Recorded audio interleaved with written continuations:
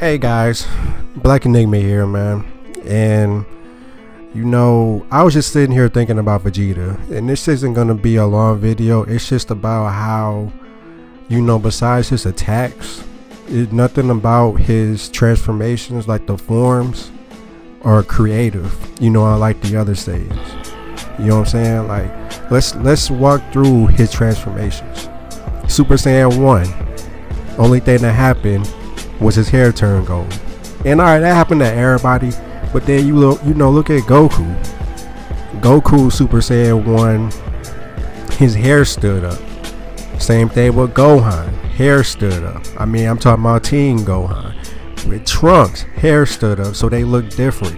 Vegeta looked the same, just with golden hair. Super Saiyan 2. Come on, everybody know it's basically, the same as Super Saiyan 1, just with lightning. So, that's kind of like boring, you know what I'm saying? So, the only one that really looked distinct was, Teen Gohan. His hair like completely stood up in Super Saiyan 2. So he's the only one that really looked different in that form. So, alright, we're gonna move past that. Super Saiyan Blue. Just a blue Super Saiyan. That's it. And then this new form that they gave him, it's basically the same shit. Like, people pointing out the aura, but nobody don't give a fuck about that glitter shit when he looks basically the same. You know what I'm saying? Like, I don't know, I just don't like that shit. And people be like, well, what about Super Saiyan 4? I like Super Saiyan 4's, the form itself, I like it. But if you watch my ranking Super Saiyan forms, I didn't like Vegeta's pants. Like, I don't know why they gave him them fucking like light green pants or whatever. It kind of ruined that shit.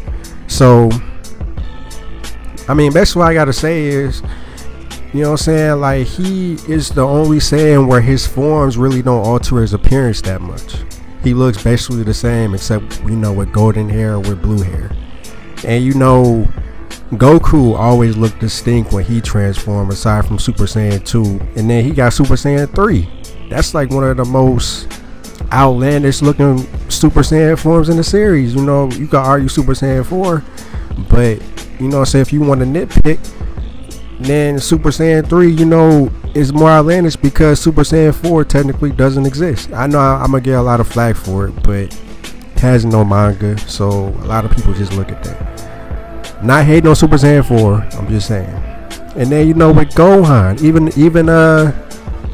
adult Gohan, you could say his mystic form is boring or whatever. It's just him in like base form, but at least it's distinct. At least it's something special. Nobody else in the series has a mystic form, so that's special. You know what I'm saying? Even the kids had a distinct form. In Gotenks, Super Saiyan 3, they look completely different. You feel me? So, and then people be like, well, why aren't you counting the Ascended Saiyan? Why aren't you counting when he beefed up against Semi-Perfect Cell? I like that transformation.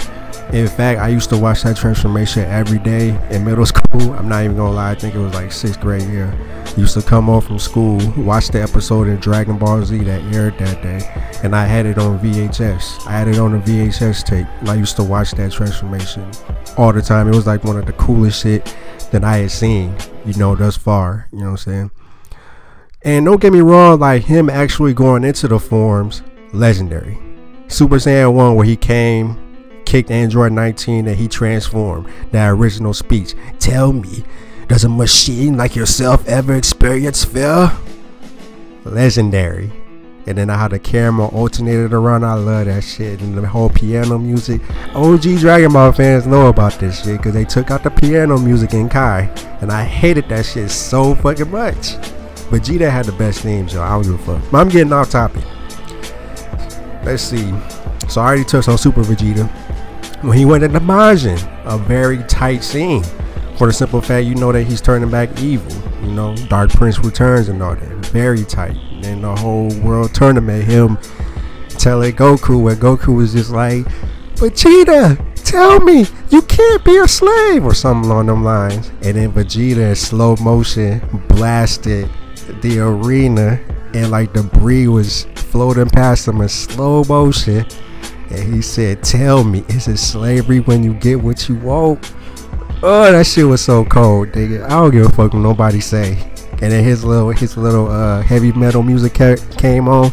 Man, I love that background music. I mean, matter of fact, man, I can't even use that music in my videos no more, because they was being like real fucking gay with the copyrights and shit. I can use the Frieza theme for some reason, but I can't use, God forbid I use Vegeta's theme.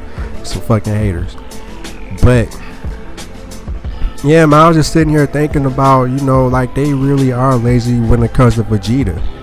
You know what I'm saying? And I actually did like him going Super Saiyan Blue for the first time, because it felt like him and Goku was on even terms. You know, just in my opinion. But then, you know, as the series progressed, we pretty much realized that, nah, joke's on you, nigga. You feel me? So what I pretty much, the point of this video is, how come Vegeta has the most boring looking forms in the series? Like, it's historical. Nothing about them changes other than like muscle mass. Everybody else, they get different hairstyles, their eyes turn colors and shit. They might get some more attributes to some attacks. You know what I'm saying? He don't get shit. Why is that? Comment down below why you think that is. Black Enigma out.